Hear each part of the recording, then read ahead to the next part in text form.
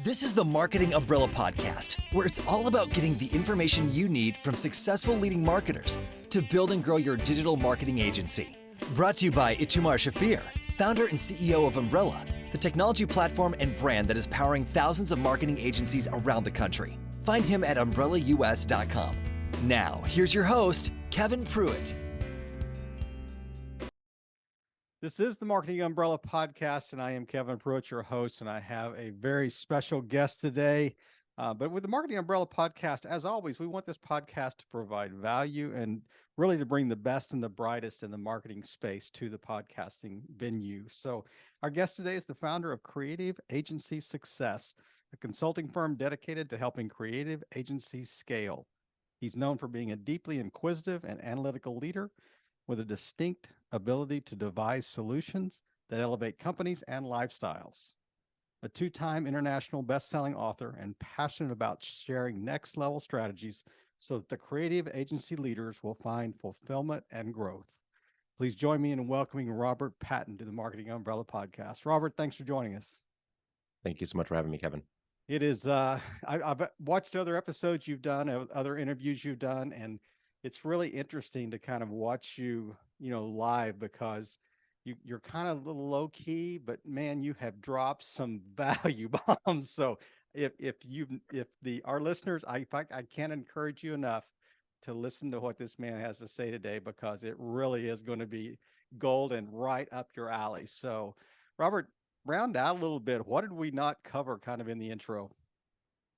Well, first off, thanks so much for the blushing amount of compliments. I feel like I am kind of getting rosy cheeks from all the compliments you gave me.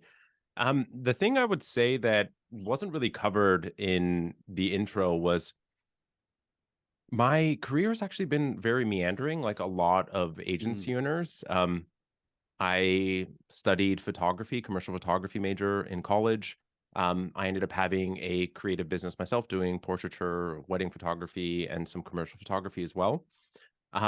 And in the end, decided that wasn't what I was meant to do. I'm a highly analytical person, and I ended up taking an accounting job, which is on the opposite end of the spectrum from what I went to school for. And I ended up landing a job at an agency, and it ended up being this perfect sort of combination between my creative endeavors and my analytical mind that I was born with. And the thing over time that I really sort of recognized as my mission, that married to a creative and just absolutely love the creative mind. The world by and large does not give the creative mind as much respect and as much admiration as it deserves. And so my personal mission really is to help elevate creatives, help them build a business that ultimately allows for them to have that adoration, that respect, get properly compensated for, and really feel the love that they deserve, and being able to really benefit from what they were born with, and the value that they can provide to the world. I mean, it is an interesting kind of journey that you've taken. I mean, you're probably the only person on the planet that started out in a creative endeavor and then moved to accounting. So, I mean, you talk about, there's got to be some kind of inner genetic conflict going on in there that you've had to somehow weather, internally. But walk us through the moving from agency owner to really helping agencies thrive. What was that turning point or that aha moment that you had? I don't know that there was just one aha moment, right? I mean, having worked internally at agencies, it was the fact that I recognized as a financial leader at agencies that I saw so often that the agency was doing just incredible work. The first agency I worked with launched brands like Red Bull, and Wow. Obviously it's a household brand now today, and the agency wasn't paid well for it. The marketing campaigns that they're currently utilizing are still live and thriving today. That was initially ideated at that agency, and looking back at what they were paid, it wasn't a fair amount for the value that they actually imparted in the now global brand that Red Bull is. Royalties. Yes, right. And and being able to actually help this agency get to a place where they were able to, gosh, in the time that I was there, they 8x in profit in about 24 months, and really be able to create sustainability for Mm-hmm. all the employees, for the owner. And it really just gave my life meaning, really. I felt that I was sort of what we had initially talked about, and how I had gone to school for art and for a creative outlet. I'd chosen to do it in a it was kind of the exact polar opposite to who I am as a person. Um, and I wanted to expand that portion of my mind. It wasn't Yeah. something that I had fostered in school. And and I loved photography. I grew up with a camera in my hand, and it wasn't really something that I had really fully fostered in the way that I wanted to, and really Mm-hmm. wanted to spend time doing it. And I had thought that really that it wasn't actually a potential career, right? I wanted to do something that was different, and I didn't really recognize that that was something that could have been a career. And I just absolutely love working alongside creatives and helping them be able to pursue their dreams. And I get loads of meaning out of being able to see their goals and their lives improved, and it makes me feel good. I think you missed one of the I guess the catalysts along the way is I think you mentioned in another chat I was watching where you said your wife said, "Are you tired of making everybody else money?" I know that's a Yes. poor paraphrase, but Yes, so my husband at one point did directly say to me when I started the business and started consulting was, "Robert, when are you gonna be sick and tired of just making everybody else rich and not make yeah, money yourself?" And I was like, "Right, fair dues. Nice punch in the gut." yeah, you absolutely got to somehow this is you're gonna have to narrow your focus here, but I I want to drill down a little bit on the specific and kind of a really, I think, germane topic that is, especially in today's financial climate, really kind of the whole idea of profitability optimization. I know that's one Mm. thing that you kind of specialize in. So unpack that. What is it? How do you measure it? And then just how do you, um, what's the application for agency owners? So, I mean, the sort of brass tacks, what profitability optimization is being able to actually get your profit to a place where you're not sort of average. I mean, taking a step back, the typical profit margin for a creative agency is between 8 to 12%. Hmm. And I mean, by and large, what I see happen for loads of agencies is that they'll be in a place where their revenue's growing and profit either completely flatlines or very incrementally grows. So they may have gotten to multiple seven figures, but they're still making the same amount of money that they were when they were a freelancer doing Right. $250,000 a year, $500,000 a year.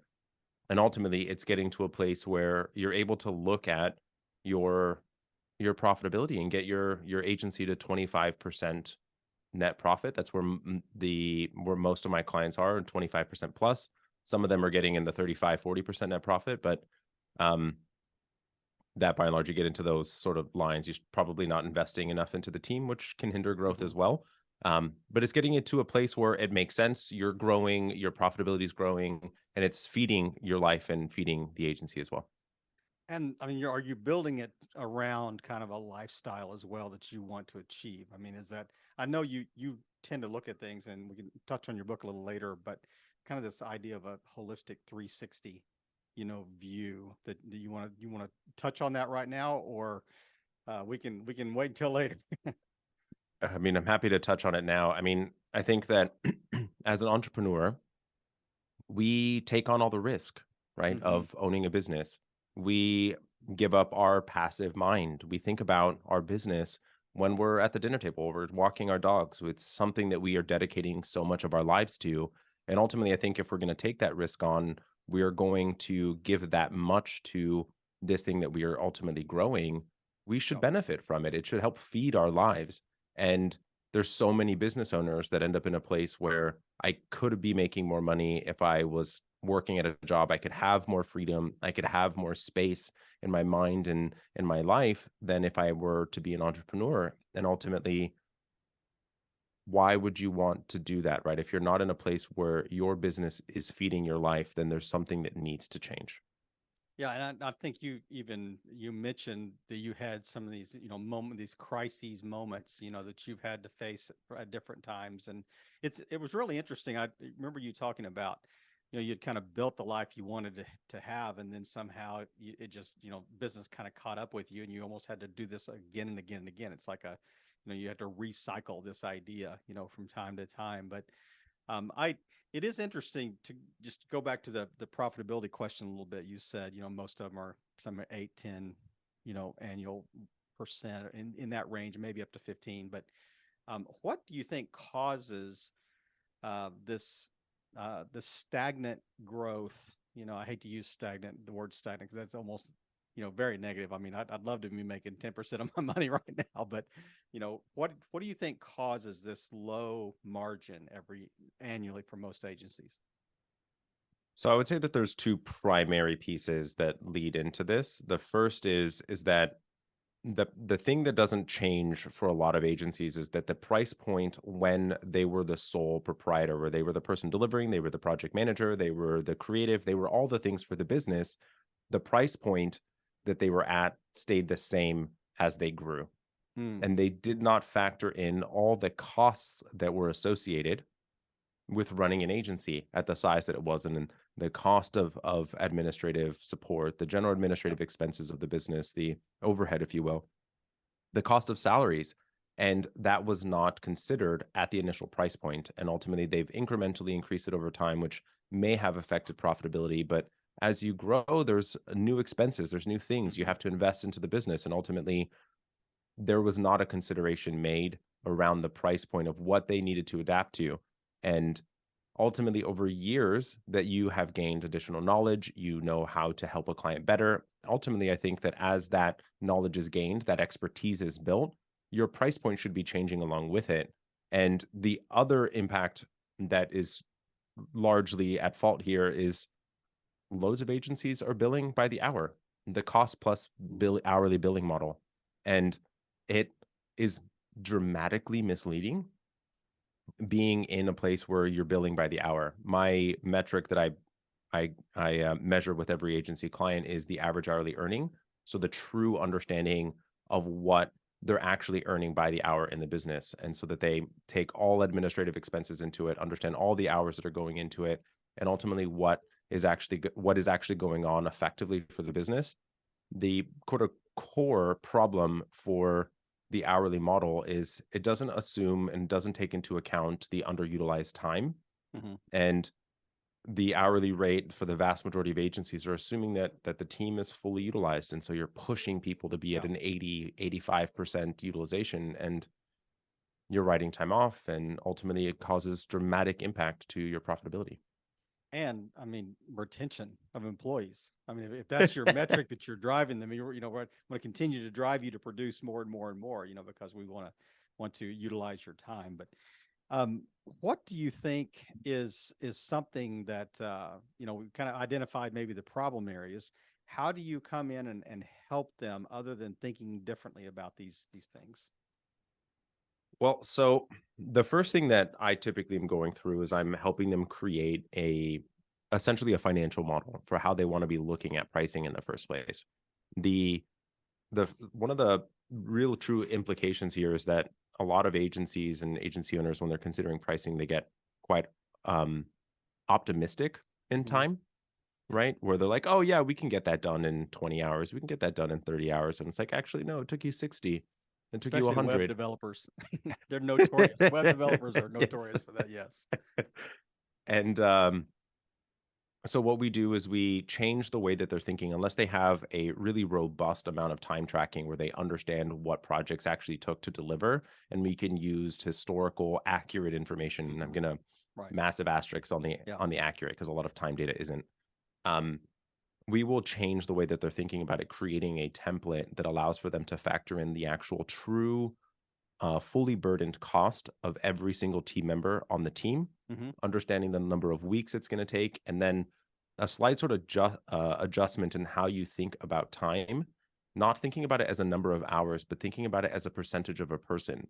So how many projects of this size can this person manage at any given moment?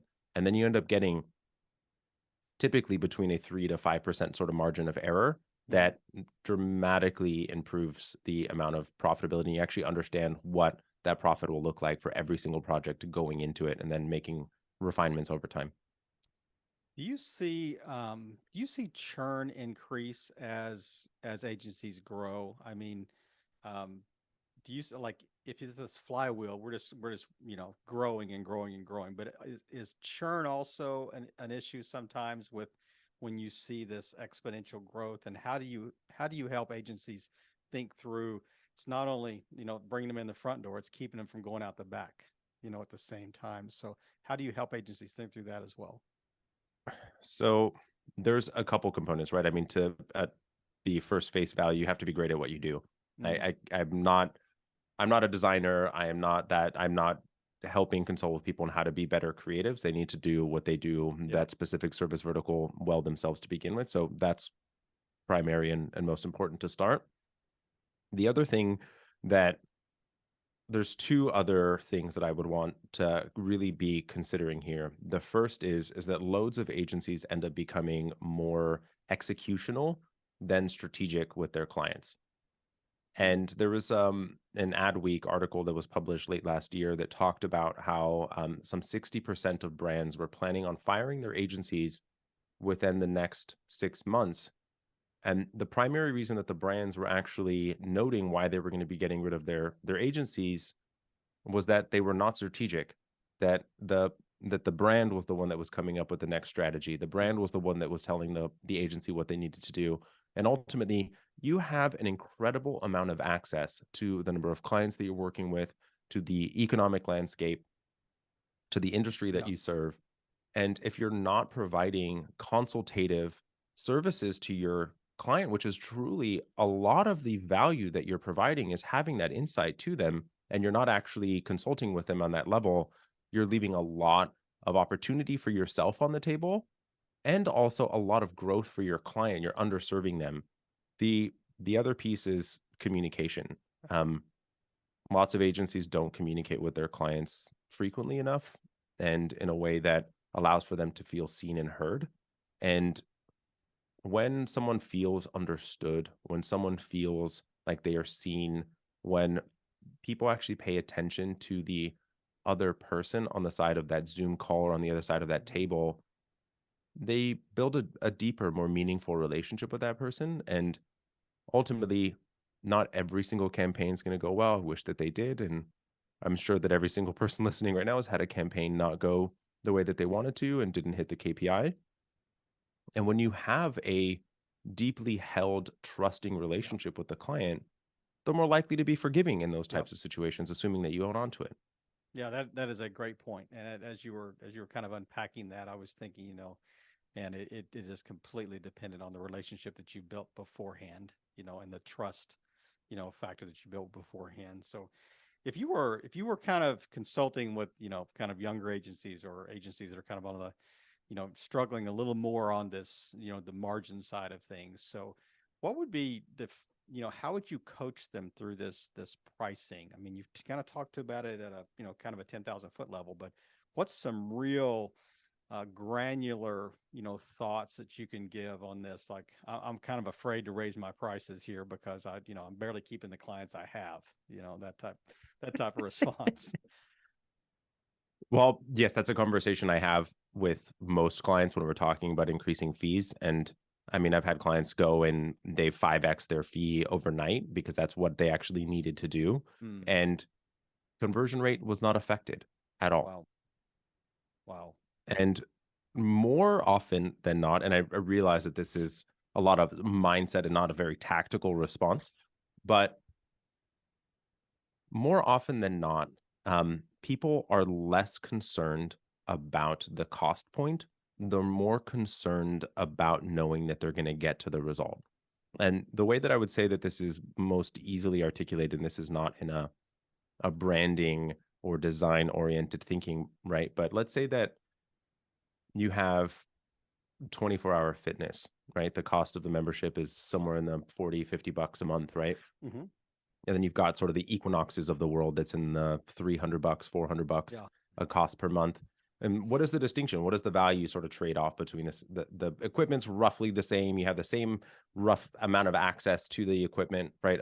Aside from the first couple of weeks of January. You've got trainers that are walking around on the floor. You've got a couple more amenities. The belief system for the member is that they have a greater amount of likelihood of achieving success because they have greater amounts of support, right? They have an initial consultation when you first join at Equinox. You've got trainers walking around on the floor that are telling you how you should be doing something and how you shouldn't. So you have a higher likelihood of success. But then let's take it sort of the next sort of stage, right? People pay every single day to have liposuction. And that's $50, $60, $70, $100,000. That's dramatically more expensive than the $250 a month at Equinox. Why? We have a greater amount of assumption of having achieved the outcome. So the primary components that you have to thinking about price point is, what is the likelihood that I'm going to achieve the outcome? What is the total risk I have? And then ultimately, what sacrifice do I need to give up in order to achieve that outcome? Now I'm going to add one layer on. Let's say that I were to have developed a pill that I can give to you tonight, Kevin. You can wake up tomorrow morning 25 pounds lighter. Your skin looks great. So And exactly, right? But how much can I charge you for that? Doesn't matter. And exactly, 100% does not matter. That's not what the person cares about. They want the outcome. Yeah. And so start having a conversation less about the widgets, less about the end deliverables, but have a conversation about the dreams, the aspirations, the desires, the goals, and have them understand why you have the experience that allows for them to mitigate that risk, right? Understand and have belief that they're going to be able to achieve the outcome. And then the price doesn't matter. Great point. That is such an interesting point. And I mean, it is so germane to what we're talking about as far as like the price optimization, modeling that you're talking about. But if you are working with agencies, marketing agencies right now, so how do you leverage or scale yourself? I mean, you've got to have a capacity of, how many you can work with at any given time. And, you can only hire so many people, but what is your model to scale yourself? So you're saying me specifically, or you're talking about an agency owner wanting to scale? No, I'm talking about you. Like, how do you scale, creative agency success, to serve a broader market? And then we can touch on, how an agency owner can scale themselves. Maybe the same answer. Largely, and I would say that there's different recommendations I'd give to a client than to myself, because there's one specific example of something that I probably wouldn't have advised myself to follow, but it's a piece of what I do that I absolutely love, so don't want to give it up. So I have two essential models that I work with agencies. One is a fully leveraged model of agencies that are in the $250,000 to $1 million a year, or $2 million at the higher end in revenue. And it's very curriculum oriented. It's guided, where I do still get to know the agencies in a fairly intimate way, but it's in a group format. It's a community of agency owners. Yeah. Exactly. And then I work with 10 to 15 agencies at a substantially higher price point, one-on-one, that I get to work with the leadership team and those particular agencies, but it's super selective of who I work with. The scale for me is in the community, really. Right. And you from the very beginning, you were building community around, what you were trying to build. And how has that kind of fed or I guess modeled what you're trying to achieve with creative agency success? So I would say the community component of it really stemmed from me having a community around myself that allowed for me to see things that otherwise, there's instances where we all have the answer directly in front of us, but just absolutely cannot see it.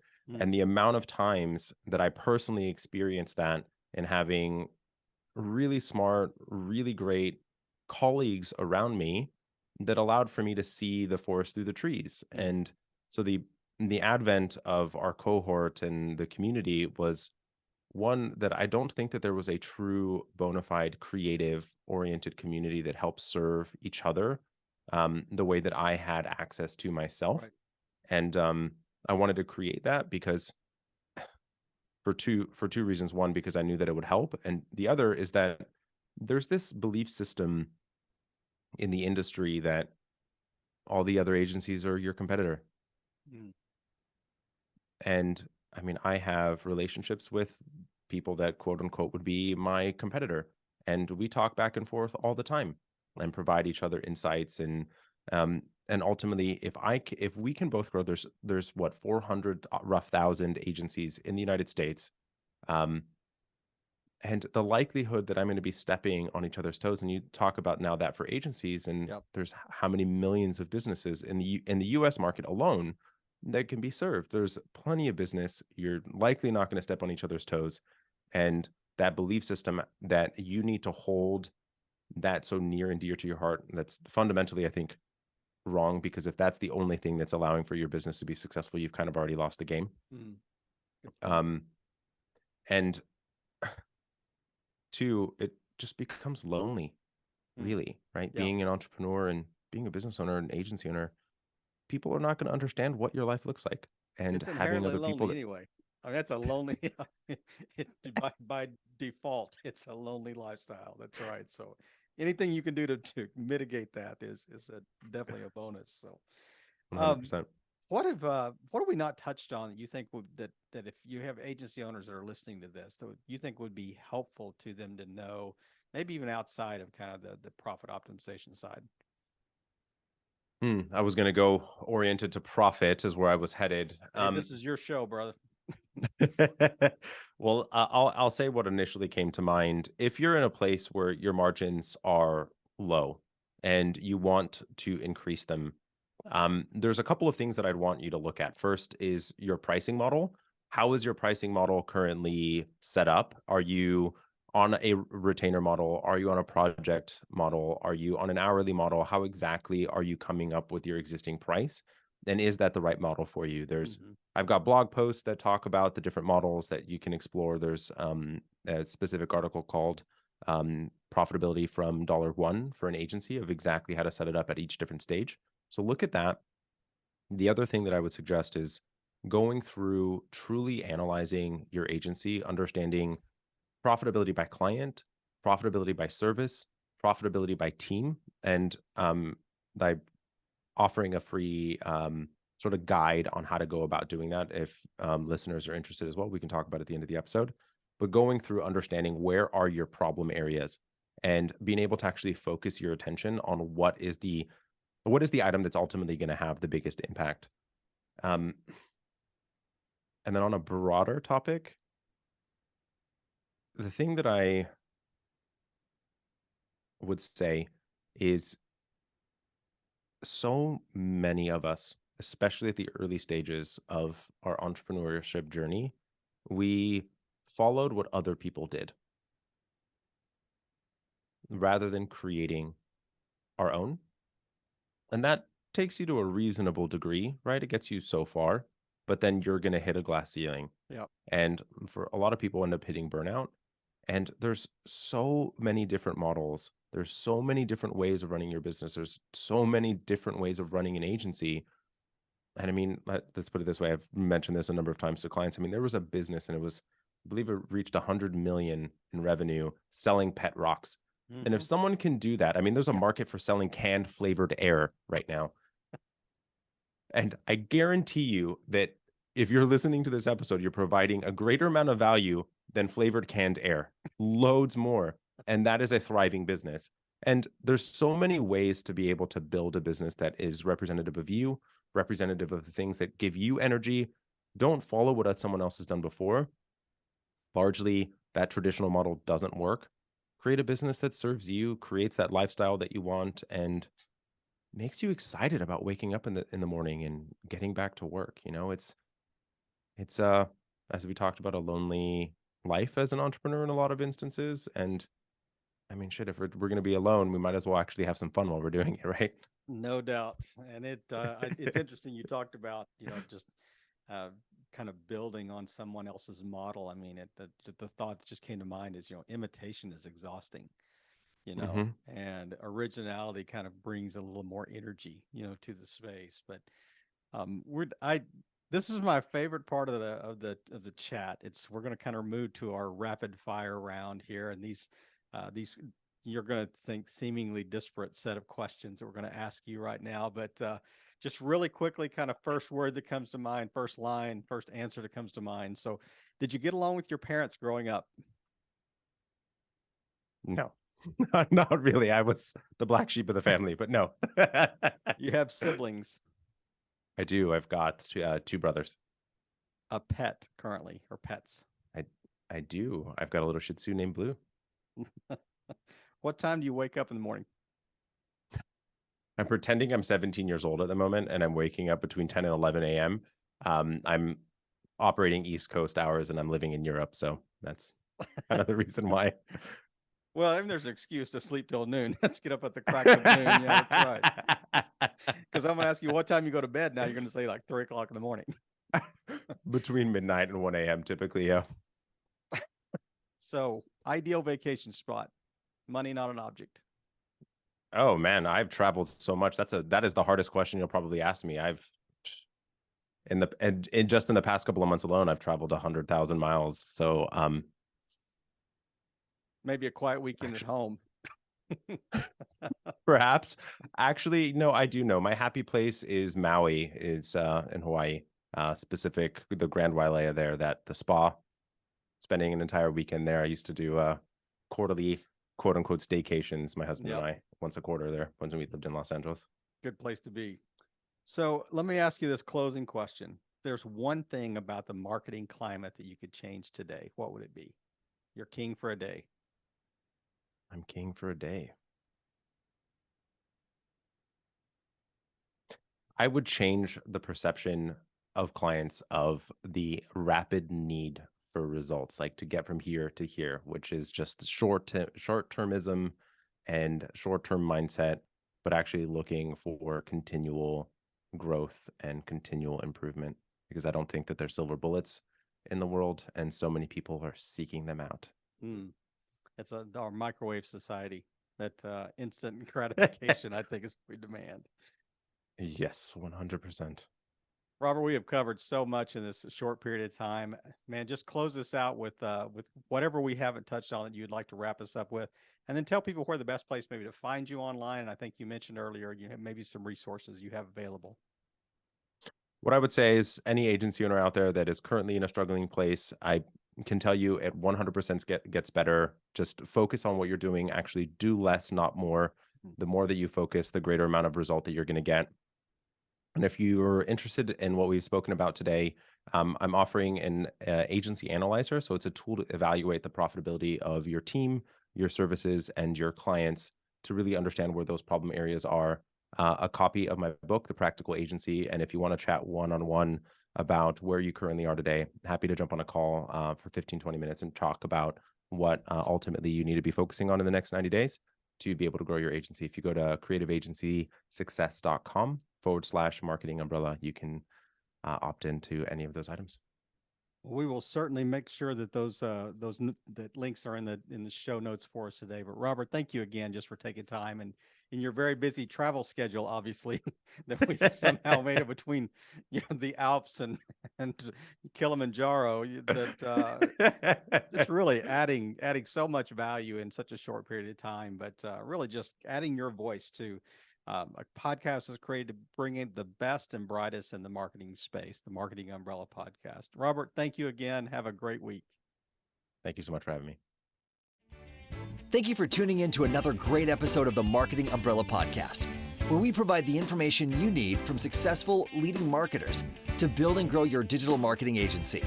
To learn more, go to umbrellaus.com.